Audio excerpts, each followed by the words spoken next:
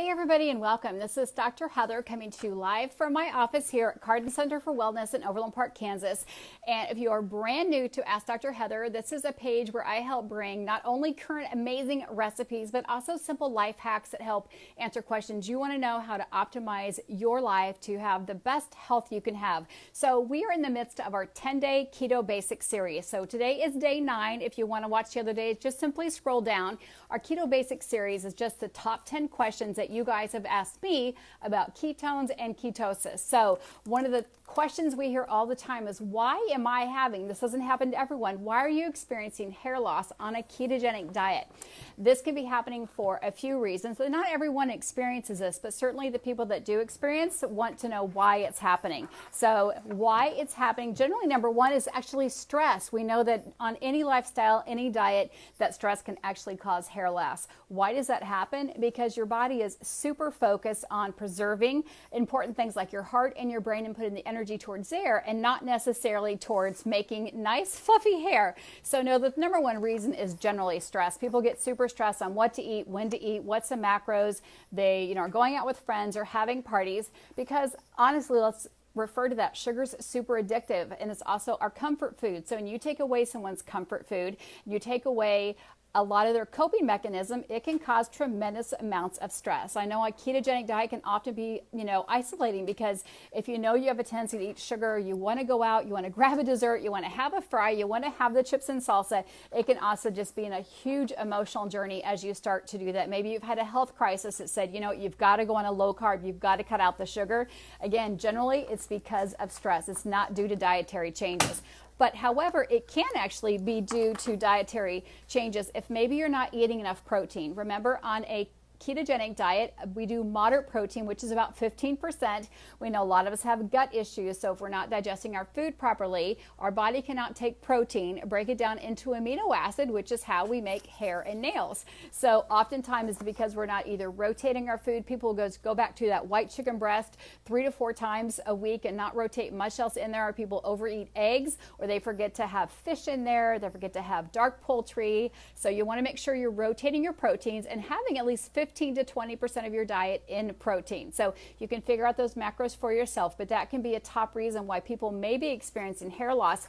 Is simply you're just not eating enough protein and maybe you're overeating fat, or third reason is that you can actually be doing a caloric restriction. When people get super confused on a ketogenic diet, oftentimes they're not eating enough. And when our body goes into a caloric restriction, it slows down the basal metabolic rate. And again, the body's in a conservation mode that says, I've got to save it for important things like my heart and my brain, and it's not necessarily focused on hair and nails. So if you are one of those people who you don't know what to eat, but you want to do a ketogenic low carb lifestyle, and then you think it's all about cutting calories, because when you cut the carbs, you want to make sure that's a fuel source, right? You want to make sure you replenish that fuel source with healthy fats, because we're going from a fuel source of ketones to glucose. So make sure that you don't do too restrictive on the calories too long, because that will absolutely cause some hair loss. It should be number 6 now. Sorry if I'm counting right. Number 4 would be a lack of biotin, which is also called vitamin F. I've got a supplement up there I was going to pull down that's called Luminous, which has a blend that people use if maybe you're experiencing alopecia or post-chemotherapy or even post-hysterectomy. People can notice hair loss, or andropause, men can notice hair loss. So there are some multi-minerals out there you can use, but biotin is actually called vitamin H. We use biotin when we're converting food to energy. So if you're on a calorie-restricted diet and your body's not converting food anymore, it will actually conserve it, and again, not use it for nice, luscious, thick hair. It'll do just the conversely. We also know that biotin can be found in things like cauliflower, egg yolks. So yes, put the yolks back in the egg as a whole egg.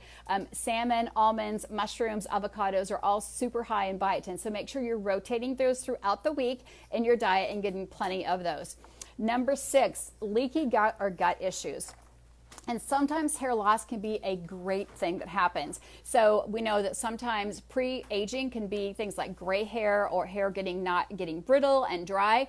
How do we get new hair? Well, it has to get rid of the hair follicle, so the hair actually has to fall out in order to get new growth. So sometimes that first 3 to 6 to even 6 weeks to 6 months, that hair loss that you're experiencing is just dead, toxic, unwanted hair. We know that if you had a lot of hair coloring, exposed to metals or heavy metals, that your body will actually dump them into the hair. hair. So if you've had a systemic yeast issue and you're using a ketogenic diet, a low sugar, no sugar diet, that some of that hair you're losing is not hair that you want to keep around anyway, because it's not very healthy. Just make sure you're being super mindful of new hair growth. So for ladies, you might say, oh, I'm getting thinner hair, I'm losing some hair on my hairbrush. However, I'm having to shave my legs more, I'm having more underarm hair. Men, the same thing, I'm having to shave more. That's new hair growth. So women, if you remember taking the prenatal vitamin, it's doing the same thing. So sometimes that hair loss is a good thing to get rid of the toxic hair that your body doesn't have. It's not very healthy, and then you'll get new hair growth. So just be a little patient with that. If that is the issue where you've had leaky gut issue, you've had heavy metal exposure,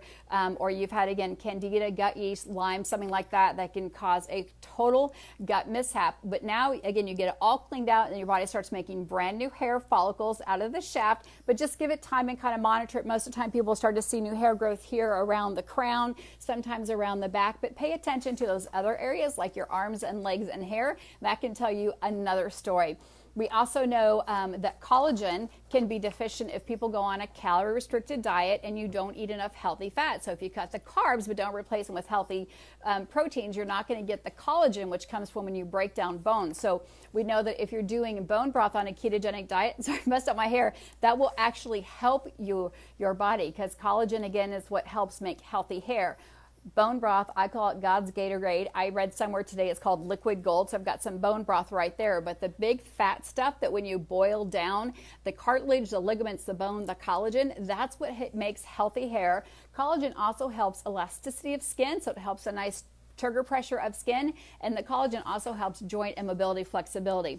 Zinc is also super important. So if you've had a significant, so this would be number 7 if we're counting, if you've had a significant fat loss, we've lost 20, 30, 40, 50 pounds, we know that you also lose essential nutrients and electrolytes, like you can lose zinc and magnesium, potassium, iodine, all those minerals that actually help make healthy hair. So the good news is that if you give your body time and you eat the proper macros and you get moderate amount of protein, rotating those protein, your hair actually should grow back in and be nice and healthy. Because you'll hear people who've been fat adapted for a long time saying, I can't believe how amazing and how thick my hair is. You know, in the beginning, I had some hair loss and experienced that, but now I've got the macros down right. My body's doing an amazing job. So just listen to your body. I know a lot of people focus on the brush or the shower. Look at some of those other areas, whether it even be eyebrows, things like that, where your body's growing more hair. So hopefully this helps answer, again, top 10 questions on our Keto Basic Keto Life series of why you could be experiencing hair loss. You can tell I'm super thirsty today. That could be our number 10 question. Why am I always thirsty on a ketogenic diet? We know that, again, number 1 is stress. Identify the stress. If this is a lifestyle you want to leave, do not make the diet be your number 1 stress issue and causing hair loss or causing gut issues. That may not be worth it for you to be ketogenic. Maybe it's just better that you eat low carb, have a little bit more flexibility, and you don't stress so much about the diet. Again, make sure you're getting enough protein in your body. This is, again, not the Atkins, which is high protein, but moderate amount, which is 15 to 20%. Rotate, rotate, rotate. If you've had gut issues, get with a healthcare practitioner. Make sure that you're taking the right prebiotic, probiotic, digestive enzyme, gallbladder support, spleen support, amylase, lipase, whatever support you may be needing. That can also play a major factor as your body breaks down the proteins as you rotate through the different categories. Remember, proteins are things that used to walk or have eyeballs. I know fish don't walk. Somebody told me that last week. But they do have eyeballs. Make sure you're rotating through that. Even the American Heart Association says make sure you're having, 3 to 4 servings of fish a week. Again, eat things that are rich in collagen like bone broth, and make sure that if you have had a significant weight or fat loss, that you have your doctor just simply check your comprehensive metabolic panel, check your mineral balance, check your sodium level. There's a zinc tally test that your doctor can perform to see if you're deficient in zinc. There's also other signs and symptoms you can tell if you're deficient in zinc, which can be prematurely graying of hair, having little white dashes on your fingernails can do the same. But a simple blood test will tell you if you're low in potassium, low in magnesium, low in iron. All those things tell us that your body actually needs more macronutrients, more minerals in there. And again, it doesn't happen in the first 4 or 5 days. It doesn't happen in one day or a weekend. It generally happens when people start to hit that 20 to 25 pound fat loss, because as the ketones or your body starts to pull toxins and water out of the fat cells, it also pulls those essential nutrients. So again, number 1 reason people lose hair on any lifestyle change happens to be stress. So identify what that stress is. If the diet and the lifestyle change is causing the stress, please consider rethinking it, or work with someone who can guide you through that and make this a super easy lifestyle. Oftentimes you will hear people say who've been fat adapted, this diet, this lifestyle has given them the freedom. They're not eating 6 times a day anymore. They're not having cravings. They're simply eating when they're hungry, and they're stopping when they're full. And that's really how it should be, that you're eating nutrients to replenish your body, to make your body nice and healthy, and to have that optimal health that you want. So thanks again for joining me, guys. Please hit the share button down below, share a friend, tag a friend. This is meant to be shared. If you are brand new, there is a link up above to my blog, which is AskDrHeather.net. You can download your free guide to kickstart your day in the right way. There's an amazing grocery list or food list there. There's also some breakfast ideas to get some nice healthy fats and rotate your breakfast, because rotation is super important as you begin to change your lifestyle. And remember, listen to your body, listen to your bowels, listen to your hair. If it's telling you things, and it's probably telling you might need a little bit of attention. So this is Dr. Heather saying have an amazing evening. Tomorrow will be our number 10. So we're completing our 10-day Keto Life series or Keto Basic series. And then what we're going to do on my Thursday night, which is at 7:30 Central Standard Time, we're really going to deep dive in. These are meant to be 5 to 10, 8 minutes, not much longer than that. We're going to do a good 20 minutes on thyroid health, allergy health, diabetes, those top questions you guys have asked me. This basic series is simply about living a ketogenic life or a low carb, no sugar lifestyle. Then we'll deep dive into certain hormonal issues or lifestyle diseases. So have a great evening, guys, and please don't forget to share the button, and please don't forget to subscribe to AskDrHeather.net. Have a great night, guys.